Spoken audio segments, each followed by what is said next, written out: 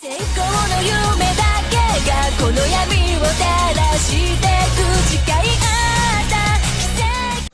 Olá, mestres e servos de verdade, bem-vindos a mais um Contos da Tip Moon. Hoje vamos falar sobre o lendário rei de Israel, Davi. Davi era um pastor e tocador de harpa que queria tocar harpa para o rei de Israel, Saul. Para isso, ele passou pelo acampamento militar de Israel, que estava em guerra contra os filisteus. Enquanto passava, ouviu o desafio do gigante Golias contra os guerreiros de Israel, que se opunham a ele. Porém, os homens de Israel tinham medo de desafiar o grande Golias a um combate corpo a corpo. Foi quando Davi aceitou o desafio. Saul foi até Davi e ofereceu a ele uma armadura, mas Davi recusou, pegando apenas seu cajado de pastoreio, um estilingue e 5 pedras. Golias riu de seu adversário, que sequer estava carregando uma espada. Mas Davi jogou uma pedra, atingiu a testa de Golias e o derrubou.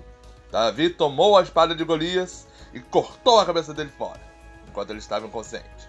Davi tornou-se extremamente popular ao derrotar o gigante Golias, e isso trouxe grande fama a ele e inveja para o rei Saul, que decidiu continuar o conflito contra os filisteus.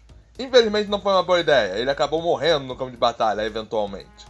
Com a morte do rei Saul, Davi ascendeu ao trono de Israel, se tornando então o segundo rei de Israel. Por algum tempo, Davi tornou-se um exemplo de rei, muito bom, digno e com um governo justo. Porém, a desgraça viria logo, ele começou a cometer muitos erros, especialmente matar servos ou forçar servos a fazer coisas ruins para ficar com a mulher dos outros. Devido a essas muitas confusões, Deus nunca permitiu a Davi criar o templo de Deus e passou essa tarefa para o filho de Davi, Salomão. Davi e Salomão nunca tiveram um relacionamento próximo um com o outro. Davi sente pena de Salomão, pois, enquanto ele se tornou rei pelas suas próprias ações, e na verdade era livre para cometer os erros que quisesse, ele percebeu que Salomão nunca teria essa liberdade, que ele deveria ser um rei digno e correto para Israel em seu lugar. Davi morreu sem arrependimentos ou desejo para o cálice. Se bem que, se ele não acha, quem sou eu para reclamar? A habilidade. Davi pode se manifestar na classe Archer. E dessa forma, ele possui os armamentos como um arco e flecha, que ele pode fazer para ele mesmo, embora ele raramente use. Ele também carrega, obviamente, o cajado de pastor, como sua arma principal de combate corpo a corpo.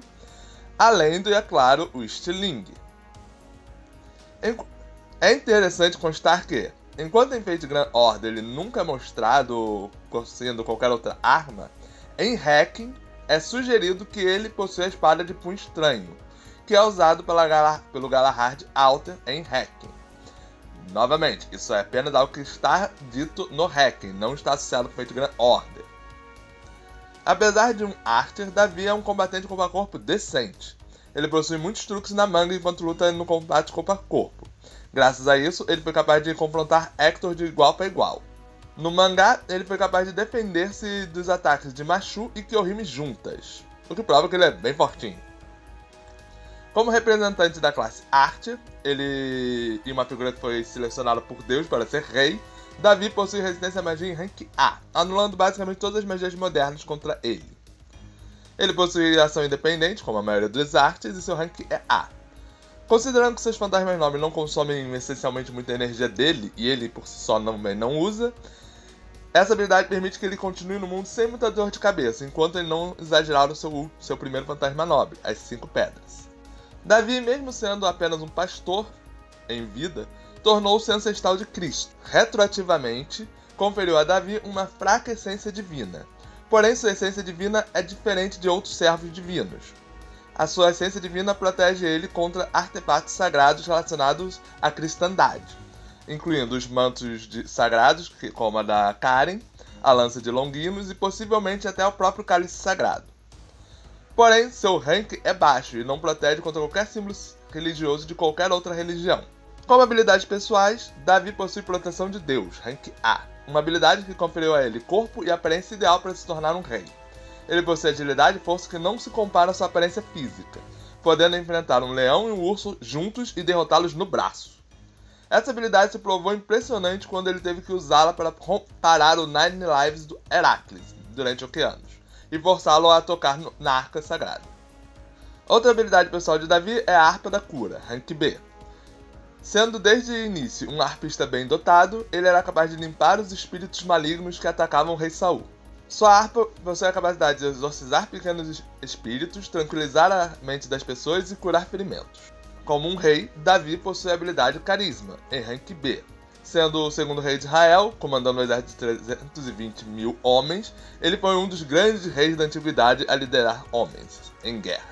Com relação a seus fantasmas nobres, Davi possui 3. Hamesh Avanim, as 5 rochas. Um fantasma nobre, anti-unidade rank C, podendo ser melhorado para B++.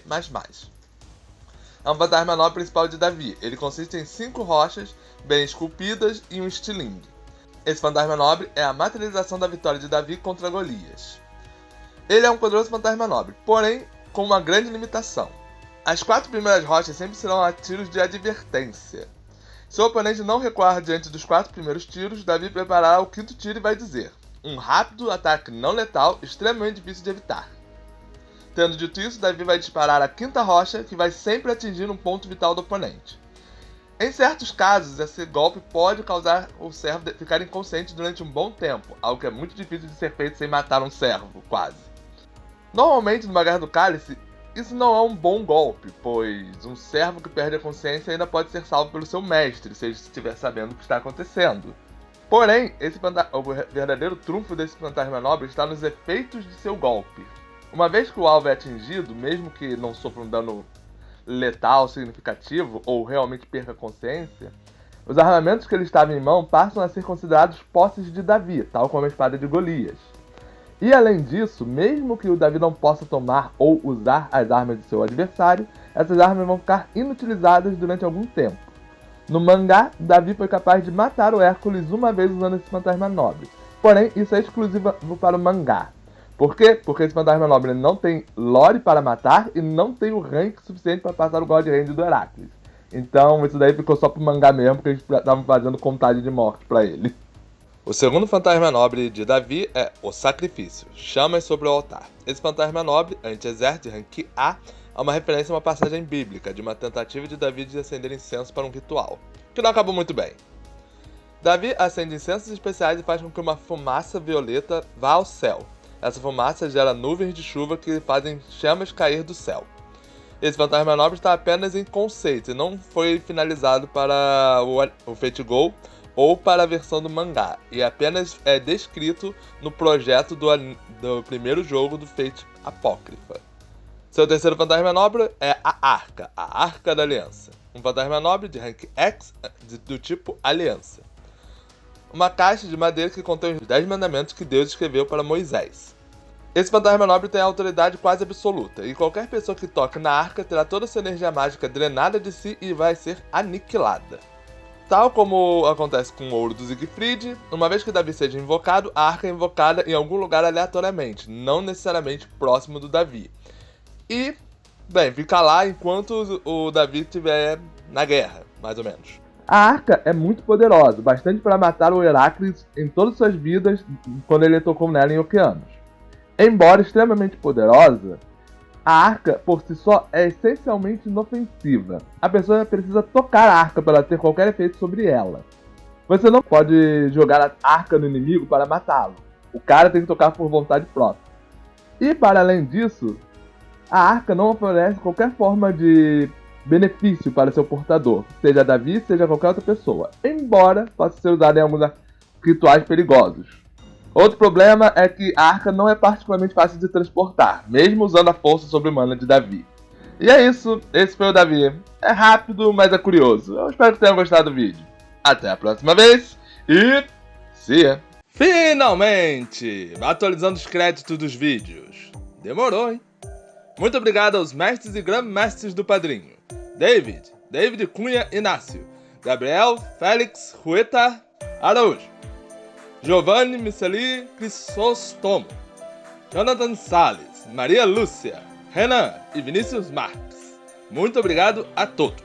A contribuição de vocês ajuda o canal a ficar de pé e a evoluir. Agora, eu me pergunto, quanto tempo vai levar para atualizar isso de novo? Provavelmente quando entrar mais gente no Padrinho, com sorte. Sei lá, vi.